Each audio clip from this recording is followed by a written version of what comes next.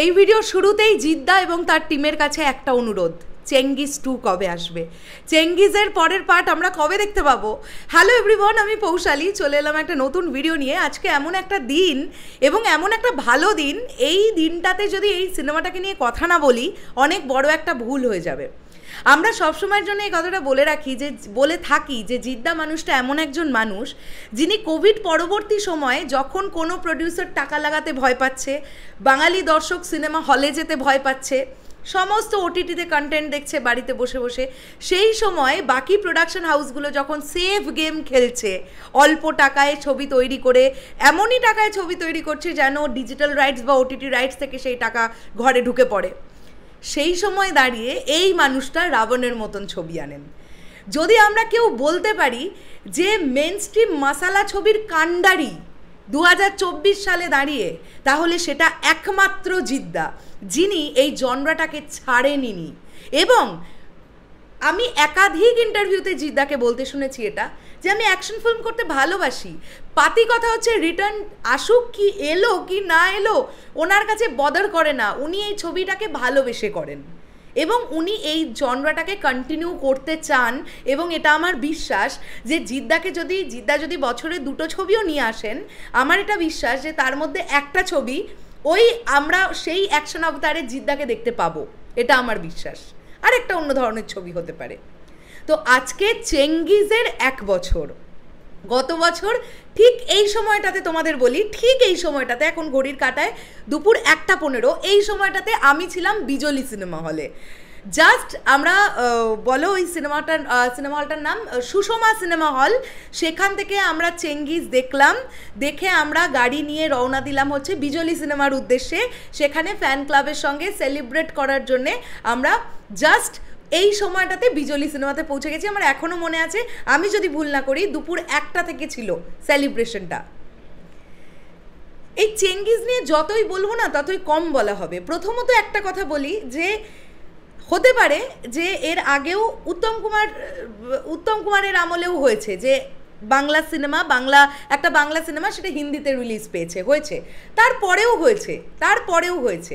কিন্তু চেঙ্গিজের ক্ষেত্রে যেটা হয়েছে সেটা হচ্ছে এই যে আবারও এই কথাটা আমরা রিপিট করি, কোভিড পরবর্তী সময় আমরা এইরকমভাবে একটা বাংলা ছবিকে প্যান ইন্ডিয়ায় ওয়ার্ক করতে দেখেছিলাম, যে ছবিটা জনরা মেন স্ট্রিম মাসালা ছবি, একটা গ্যাংস্টার ড্রামা ছিল চেঙ্গিজ। তো একটা বাংলা ছবি চাইলেই কিন্তু পারে সারা ভারতবর্ষের লোকজনদের মোটামুটি হিলিয়ে দিতে। এবং সেই সময় আমার এখনও মনে আছে, গেটি গ্যালাক্সি থেকে যারা পাবলিক রিয়াকশন যারা নিচ্ছিলেন, যেসব পাবলিক রিয়াকশন দিচ্ছিলেন, ওনারা একটাই কথা বলছিলেন যে ভাই এটা কি এত কম বাজেটের ছবি, মানে এটা কি 4 কোটি 4.5 কোটি টাকার ছবি? কোনোভাবেই তো দেখে মনে হলো না। তো সেই দিন আমাদের বাংলা ছবির জন্য না একটা অনেক বড় গর্ববোধ করেছিলাম আমরা। আজকে সেই ছবিটার 1 বছর। আজকে এমন একটা ছবির 1 বছর, যে ছবিটা প্রথমে সিনেমা হিসেবে আসবেই ঠিক ছিল না।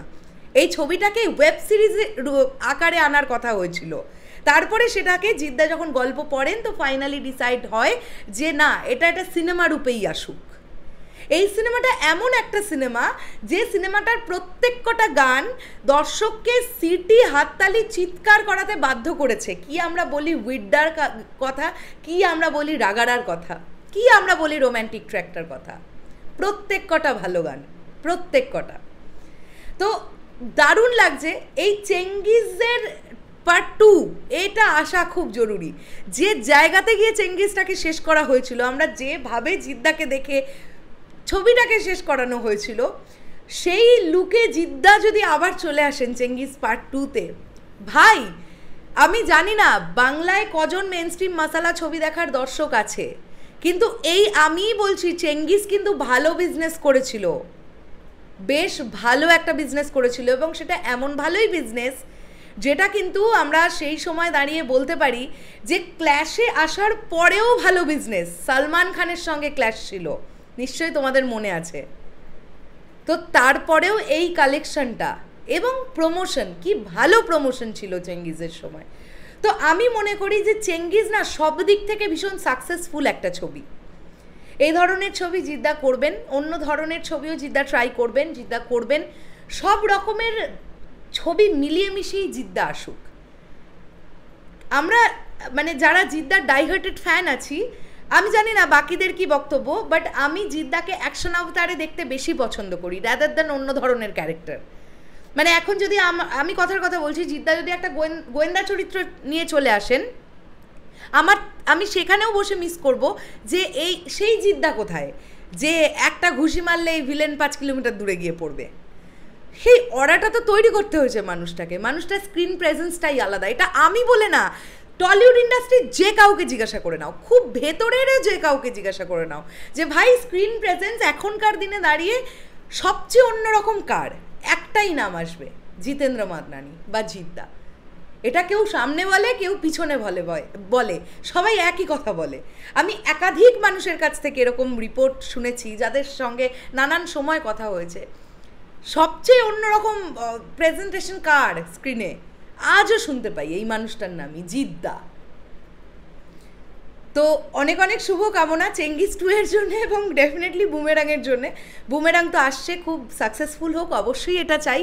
কিন্তু যেমন বুমেরাংয়ের মতনও ছবি চাই জিদ্দা, তেমন আবার চেঙ্গিজের মতন ছবিও চাই। কেননা আজকের ডেটে দাঁড়িয়ে অঙ্কুশদা রিস্ক নিয়ে মির্জা তৈরি করে ফেলেছে। তো আজকে তুমি এই জনরাটার কাণ্ডারি, আজকে তোমাকে দেখে এই মানুষগুলো রিস্ক নিচ্ছে।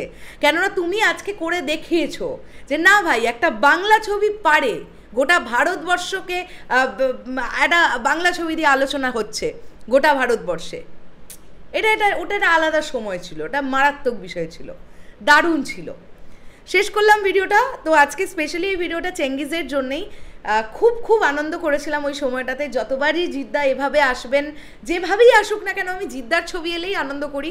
আমি বুমেরাঙেও করবো, আমি জিদ্দার পরবর্তী প্রজেক্টেও করবো। হ্যাঁ, চলে যাওয়ার আগে আরও একটাই অনুরোধ, যে জিদ্দা বুমেরাঙের পরে নেক্সট একটু কিছু ঘোষণা দাও এবার। মানে অনেক দিন হয়ে গেল, আমরা কিছু ঘোষণা পাচ্ছি না তোমার থেকে। আফটার বুমেরাং কি? শেষ করলাম ভিডিওটা। আসছি আবার খুব শিগগিরই নতুন কোনো ভিডিও নিয়ে। তাহলে এখনের জন্যে টাটা।